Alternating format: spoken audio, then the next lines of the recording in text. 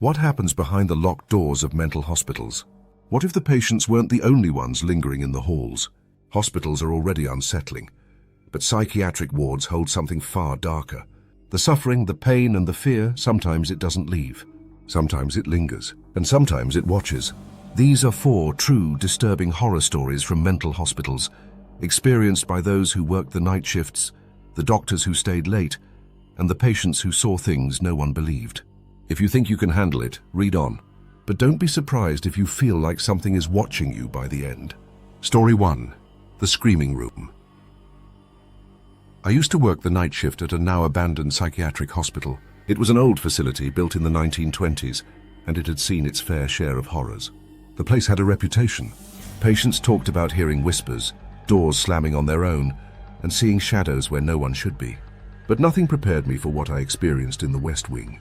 There was a room, room 502, that was always locked. Always. No patients were housed there, and no one spoke about it. But every night around 2:30 a.m., we would hear screaming coming from that room. Blood-curdling, agonizing screams. It would go on for minutes and then silence. Security would check, but the room was always empty. One night, I had enough. I asked an old nurse about it and she paled. "They locked someone in there a long time ago," she whispered. "A patient who never stopped screaming, even after she died." That night, I stood outside room 502 at 2:30 a.m. The screaming started, echoing through the hall. My body froze, but I forced myself to look through the small window in the door. And I saw her, a woman with hollow eyes, her mouth twisted open in an endless scream. She turned her head slowly, locking eyes with me. The next thing I remember, I was on the floor, a nurse shaking me awake. The door was still locked, and the room was empty. But the screaming never stopped. Story 2. The Shadow in the Basement. Every mental hospital has a basement, a place where old records are kept, where outdated equipment gathers dust. At my hospital, the basement was strictly off limits. The locks were rusted, the lights barely worked, and the air was thick with the smell of mold and something else, something rotten. One night, I was sent down there to retrieve a file. The moment I stepped inside, I felt it. A presence. The hairs on my arms stood up. My flashlight flickered, and for a split second I saw something move in the darkness.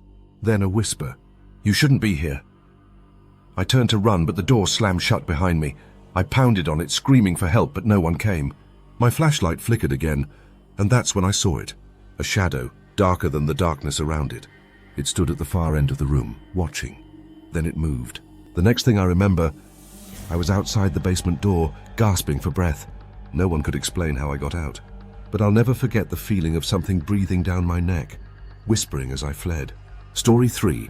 The Patient Who Wasn't There. One of the eeriest experiences I ever had, working in a mental hospital, involved a patient who wasn't there. We had received a new admission. An elderly woman who had been found wandering the streets, confused and muttering about them. She had no family, no records, no identification. We placed her in a secure room, gave her a meal and let her rest. The next morning, she was gone. The room was locked from the inside, the bed still made. The security cameras showed no one entering or leaving. It was as if she had vanished. But at night, we could hear her voice. "They're coming," she would whisper.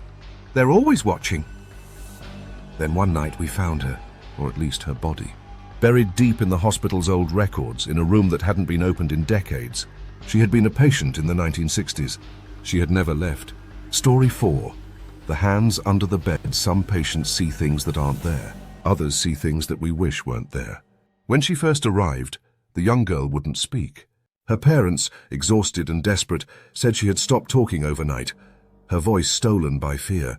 She wouldn't sleep in a bed. Not hers, not a hospital cot, not even if she was promised safety. She would only rest curled up in a chair, arms wrapped around her knees, eyes darting to the floor. Her mother, with dark circles under her eyes, finally broke down. "She says the hands will get her." At first, we assumed it was childhood trauma. Nightmares, maybe. A mind struggling to process something too big for her small world. We tried therapy, gentle words, even medication to ease her into sleep. Nothing worked. Then one night, one of the nurses saw them too. It was just past midnight when Nurse Holloway entered the girl's room for a routine check. The child sat in the corner, back pressed against the cold hospital wall, eyes wide. When Holloway asked if she needed anything, the girl shook her head violently and pointed to the bed. Her little voice, hoarse from days of silence, finally surfaced in a whisper. "They're coming." Holloway frowned, stepping closer. "Sweetheart, there's nothing that—" And then she saw them. Long, bony fingers, impossibly thin, curling out from under the bed frame. The nails were cracked and yellowed, dragging across the linoleum with an awful scraping sound. They gripped the mattress edge, pressing into the fabric, as if something unseen was trying to pull itself up. Holloway froze, the breath catching in her throat.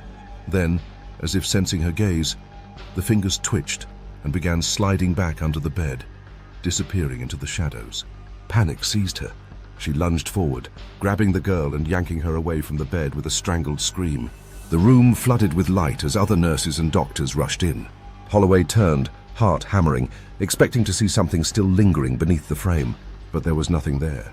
No fingers, no marks, no proof, just a perfectly made hospital bed. The girl clung to Holloway, sobbing into her uniform.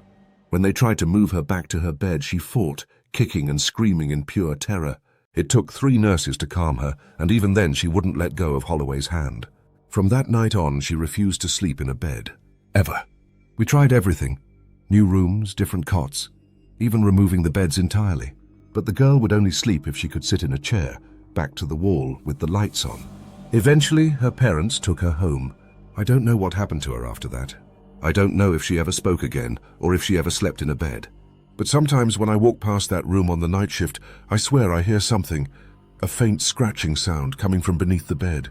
Mental hospitals hold more than just the suffering of the living.